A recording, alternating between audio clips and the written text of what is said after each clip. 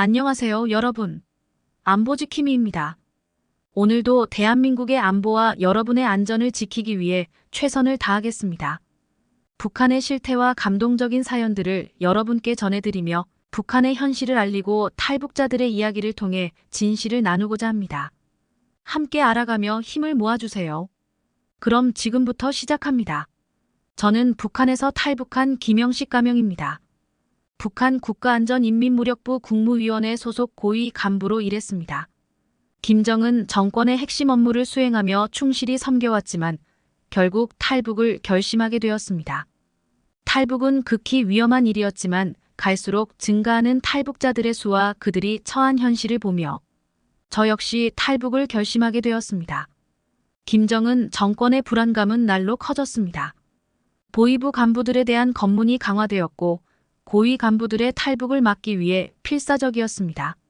그러나 이러한 노력에도 불구하고 탈북자들은 계속해서 늘어났고 이에 대한 책임은 저와 같은 간부들에게 전가되었습니다. 김정은은 우리 인민의 인권을 탄압했고 우리는 그의 명령을 수행해야만 했습니다.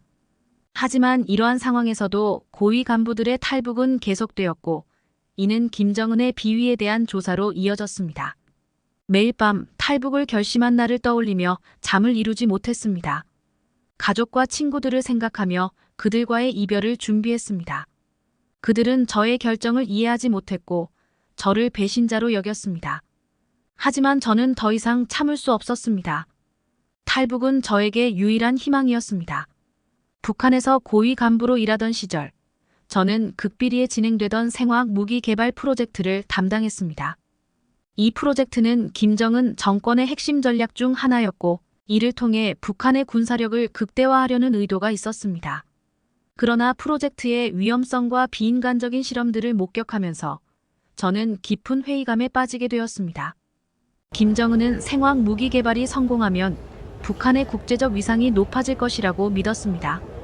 그는 이 프로젝트에 엄청난 자금을 투입했고 실패를 용납하지 않았습니다. 하지만 프로젝트는 예상보다 훨씬 많은 문제에 봉착했습니다. 실험 도중 여러 명의 연구원이 목숨을 잃었고 생화학 물질이 통제되지 않는 상황에서 민간인들까지 피해를 입는 일도 발생했습니다. 김정은은 프로젝트의 실패에 대해 극도로 민감해졌습니다. 그는 연구팀과 간부들에게 더 큰 압박을 가했고 실패의 책임을 물어 수많은 간부들을 처형했습니다. 저 역시 김정은의 불신과 압박에서 벗어날 수 없었습니다. 생화학 무기 프로젝트의 실패가 계속되자 김정은은 저를 포함한 주요 간부들을 대상으로 대대적인 조사를 시작했습니다. 조사 과정은 끔찍했습니다. 우리는 매일 밤 어두운 취조실에서 극도의 고문과 심리적 압박을 견뎌야 했습니다. 김정은의 명령으로 우리는 서로를 감시하며 배신자를 찾으려 했습니다. 저의 멘탈은 매일같이 흔들렸고 언제 처형될지 모른다는 두려움 속에서 살아가야 했습니다. 결국 저는 이러한 상황에서 벗어나기 위해 탈북을 결심했습니다. 생화학 무기 프로젝트의 실패와 그로 인한 압박은 저에게 탈북을 결심하게 만든 결정적인 계기였습니다. 탈북을 결심하게 된 또 다른 이유는 인민무력부 내부의 부패와 그로 인한 가족의 위기 때문이었습니다. 저희 부서에서는 고위 간부들이 자신들의 이익을 위해 권력을 남용하고 있었고 저는 이를 목격하며 점점 더 회의감을 느끼게 되었습니다.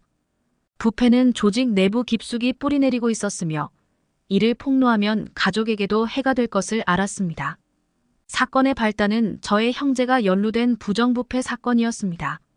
형제는 인민무력부 내에서 경제적 이익을 챙기기 위해 불법적인 거래를 하다가 발각되었습니다. 이를 은폐하기 위해 간부들은 형제에게 협박과 고문을 가했고 가족 모두가 위험에 처하게 되었습니다. 저는 이를 막기 위해 간부들에게 협조하지 않을 수 없었고 결국 가족을 보호하기 위해서라도 탈북을 결심했습니다. 형제는 끝내 감옥에 수감되었고 저는 그를 구출하기 위해 필사적으로 노력했습니다. 하지만 인민무력부의 부패는 너무도 깊었고 형제를 구출하는 것은 불가능했습니다. 이로 인해 저의 가족은 큰 위기를 맞게 되었고 저는 더 이상 북한에서 살아남을 수 없다는 결론에 이르렀습니다. 탈북만이 유일한 해결책이었습니다. 저는 생화학 무기 프로젝트의 실패와 부패 사건에 휘말린 이후 김정은 정권의 감시와 의심을 피할 수 없게 되었습니다. 어느 날 밤 정체를 알 수 없는 남성들이 저의 집을 급습했습니다. 그들은 저를 제거하기 위해 파견된 암살자들이었습니다. 다행히도 저는 그날 집을 비워둔 덕분에 목숨을 건질 수 있었습니다. 이 사건 이후 저는 더 이상 북한에 머무를 수 없다는 것을 확신하게 되었습니다. 암살 시도는 저와 제 가족의 생명이 언제든지 위협받을 수 있다는 사실을 깨닫게 해주었습니다. 그래서 저는 곧바로 탈북을 결심하고 가능한 한 빠르게 계획을 세웠습니다. 탈북 계획은 매우 위험하고 복잡했습니다.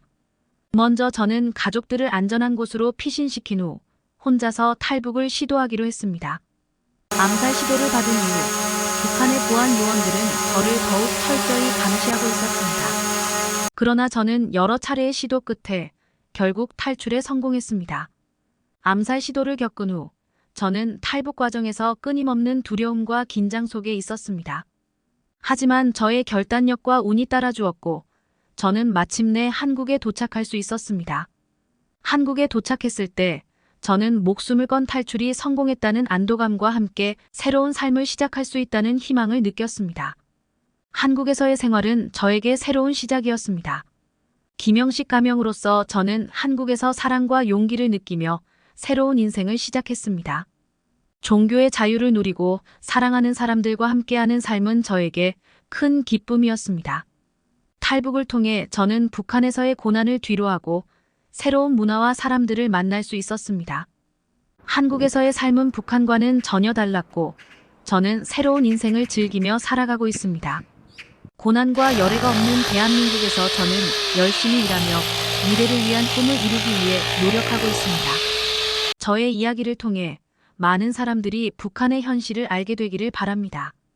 그리고 저와 같은 탈북자들이 새로운 삶을 시작할 수 있도록 많은 지원과 관심이 필요합니다.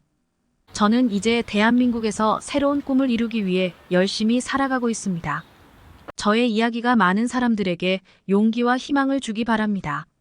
이상 안보지킴이였습니다. 감사합니다.